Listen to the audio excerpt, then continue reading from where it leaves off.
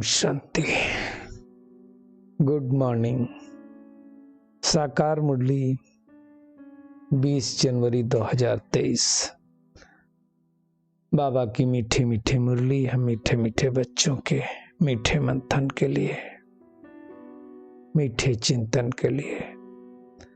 मंथन शुरू करने से पहले प्यार के सागर से बाबा की प्रेम भरी किरणों के नीचे बैठ जाते हैं और अनुभव करते हैं, मैं प्रेम स्वरूप आत्मा हूं। आज मीठे बाबा ने कहा, मीठे बच्चे, तुम पीस स्थापन करने के निमित्त हो। इस सृष्टि पर अभी पीस नहीं है, न पीस है, न प्योरिटी है, न प्रॉस्पेरिटी है। तो सबसे पहले पीस स्थापन करना है। बाबा कहते हैं इसलिए तुमको क्या करना है, पहले बहुत बहुत पीस में रहना है। पीस कौन स्थापन कर सकता है? पीस मेकर कौन बन सकता है? जो पहले पीस में होगा। जो खुद ही पीस में नहीं होगा वो पीस कैसे स्थापित कर सकता है? बाबा कहते बुद्धि में रहे कि हम शिव बाबा के एडॉप्टेड बच्चे हैं, रूहानियत भरे आपस में इसने ही बच्चे हैं।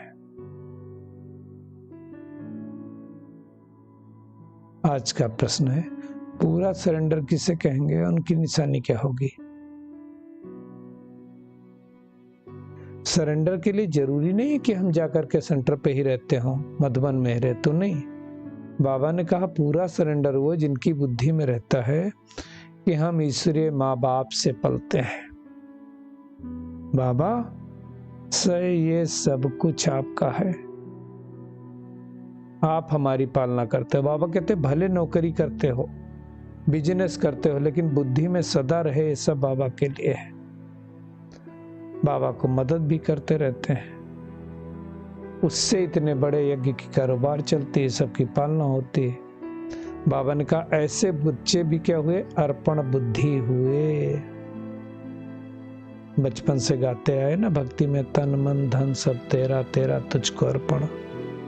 अच्छी तरह से समझना इसको, तो कहा जाएगा अर्पण बुद्धि। साथ साथ केवल अर्पण बुद्धि से काम नहीं चलेगा, इस पढ़ाई को पढ़ना भी है तो पढ़ाना भी है। शरीर निर्वाह कर्म भी करना है, लेकिन कर्म करते करते बेहद के माता पिता को सौ से याद भी करना है, तब ऊंच पद पाएंगे। ये सब मेहनत करनी पड़ेगी, तब मुझ आत्मा को ऐसा श्रेष्ठ पद मिलेगा। आज का गीत है ओम नमो शिवाय। मैं आत्मा से परमात्मा को नमन करती हूं। एक गायन है परमात्मा का, सारी महिमा तो उसी की है, ऊंचे से ऊंच परमात्मा की है, जिसको हम बच्चे जानते दुनिया में कोई नहीं जानता है कि वही हमारा माता पिता है, हम उनके बालक हैं, हम उनके बच्चे बन करके उस परिवार में बैठे हैं। अब श्री कृष्ण को माता पिता कहें तो शोभा देता है, बच्चा है वो माता पिता कैसे होगा, है ना? वो तो प्रिंस प्रिंसेस है। अब शास्त्रों में ये सारी भूल कर दी है, तो बाबा आकर के उस भूल को सुधारते हैं, हमें सृष्टि के आदि मध्य अंत का राज समझाते हैं और सदा सुखी बनने व बनाने का रास्ता बताते हैं। हम कैसे सुखी रहें और दूसरों को कैसे सुखी रख सके, इस पढ़ाई है। जैसे लौकिक माँ बाप बच्चे को बड़ा करके स्कूल में ले जाते ना, तो बेहद का बाप भी हमको क्या कर रहा है, इस बेहद के स्कूल में पढ़ा रहा है। उस कुटुंब में तो 10-15 बच्चे होंगे, यहाँ तो लाखों करोड़ों बच्चे हैं। और हम सब ब्रह्मा मुख वंशावली संतान,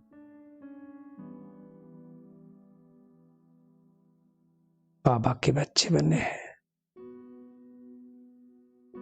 एक ही एडॉप्टेड पिता और एडॉप्टेड माता जो निमित्त है, उनके बच्चे हैं। सारे जगत के माता पिता हैं वो, आते भी इस पुरानी दुनिया में है, तो हम कितने भाग्यवान हैं, इस नशे में स्थित होना चाहिए कि हमें पारलौकिक माता पिता की गोद मिली है। तो हमें आपस में बहुत मीठा, रॉयल, पीसफुल, नॉलेजफुल, ब्लिसफुल होकर रहना है।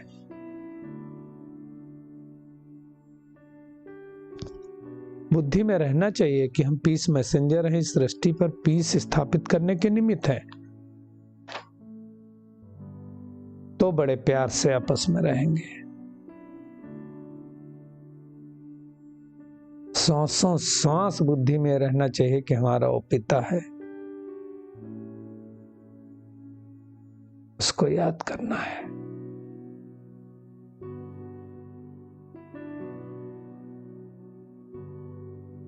बाबा कहते हैं अगर लक्ष्य ऊंचा है, लक्ष्मी नारायण बनने का है, तो लक्ष्य प्रमाण लक्षण भी रखना पड़ेगा।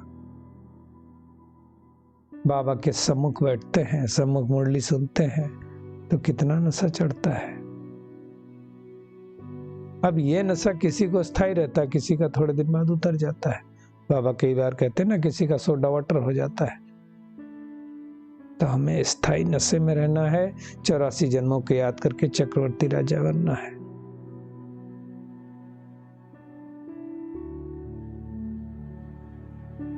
अपनी चलन श्रेष्ठ बनानी है। देह के बंधन से मुक्त होना है।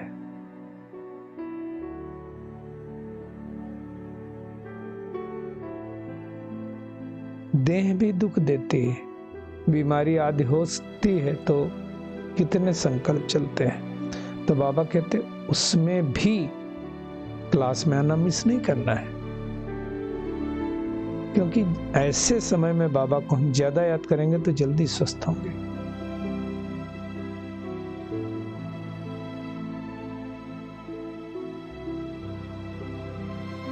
समझने की बातें हैं ना ये सारी।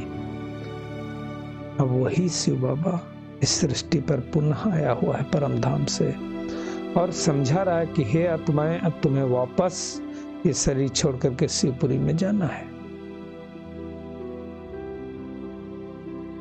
और जहां जाना है उसको घड़ी घड़ी याद करना है। दुनिया में बद्रीनाथ, केदारनाथ जाते हैं, वो स्वयं बद्रीनाथ चैतन्य बन करके हमें लेने के लिए आया है। रुद्र यज्ञ रचा हुआ है, इस रुद्र यज्ञ में सारी सामग्री स्वाहा होनी है। इसलिए वो परमात्मा कहता है अब तुम मुझे याद करो। अगर तुम मुझे याद करेंगे तो जब शरीर छोड़ेंगे, विनाश होगा, तो सीधा तुम मेरे पास चले आएंगे। अशुद्ध आत्मा कोई वापस नहीं जा सकती, प्योर आत्मा ही वापस जा सकती है। और प्योरिटी धारण करने का दो ही तरीका है, एक बाबा की याद और दूसरा सजाएं।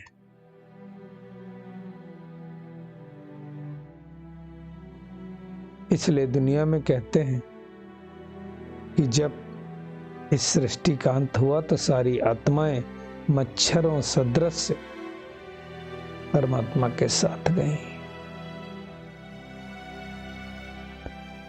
इसलिए बाबा को खिवैया भी कहा जाता है। इस विषय सागर से पार लेकर के हमें विष्णुपुरी में लेकर के जाते हैं, सत्य की सृष्टि में लेकर के जाते हैं। समझने की बात है, उस परमात्मा को छोड़ करके कोई लेके नहीं जा सकता है। वो ही इस सृष्टि पर आकर के हमें सृष्टि का मालिक बनाने के लिए राजयोग सिखलाता है। राजयोगी वो जिसको संपूर्ण अपने ऊपर कंट्रोल हो, पांचों स्थूल कर्मेंद्रियां और तीनों सूक्ष्म कर्मेंद्रियों का मालिक हो। ऐसा मालिक बनकर के जो श्रेष्ठ पुरुषार्थ करता है वही सत्य की सृष्टि का मालिक बनता है।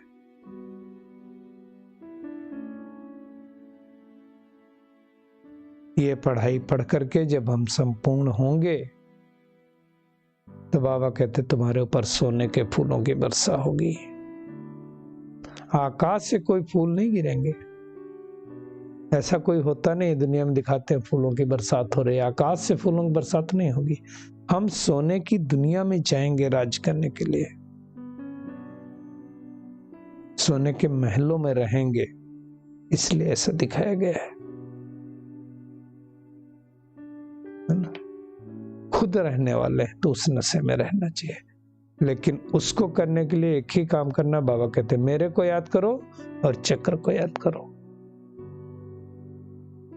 चैतन्य परवाना बन करके चैतन्य समा बाबा पर फिदा होना है, बस।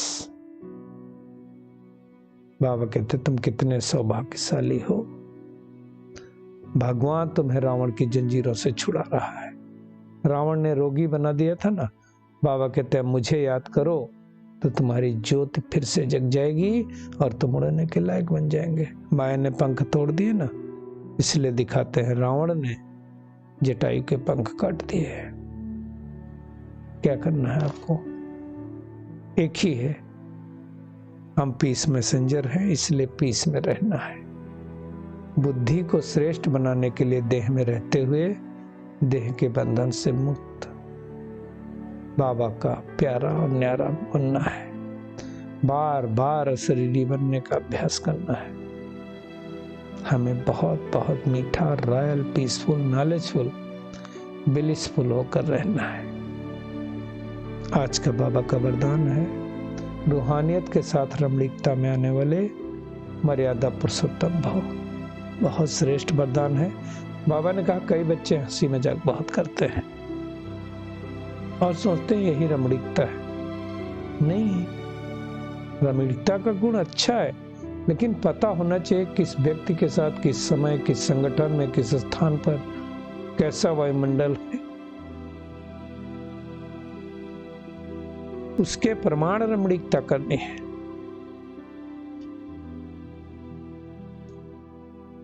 यदि वायुमंडल के प्रमाण रमणीकता नहीं है तो रमणीकता अच्छी नहीं लगती है,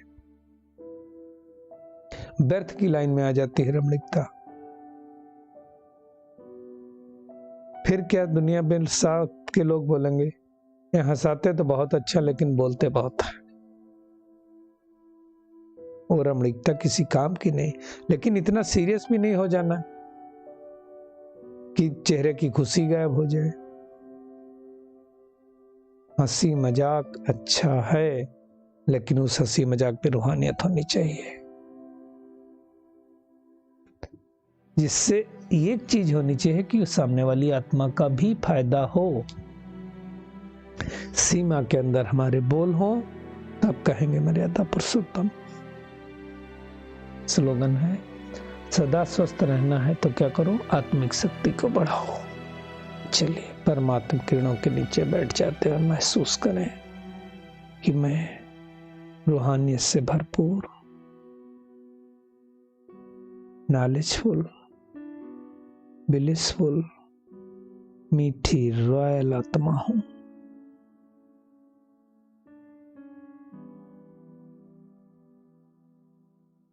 रूहानियत भरी रमणीकता को धारण करने वाली मर्यादा पुरुषोत्तम आत्मा हूं। ब्रह्मा मुख वंशावली सच्चा सच्चा ब्राह्मण, ब्रह्मा की संतान शिव बाबा का पोत्रा हूं। इस रूहानी नशे में स्थित हो जाए कि मैं बाबा का राइट हैंड, इस सृष्टि पर पीस स्थापन करने वाला पीस मैसेंजर हूं। शुक्रिया मीठे प्यारे बाप दादा, शुक्रिया आप सभी का इस मीठे मंथन के लिए। ओम शांति।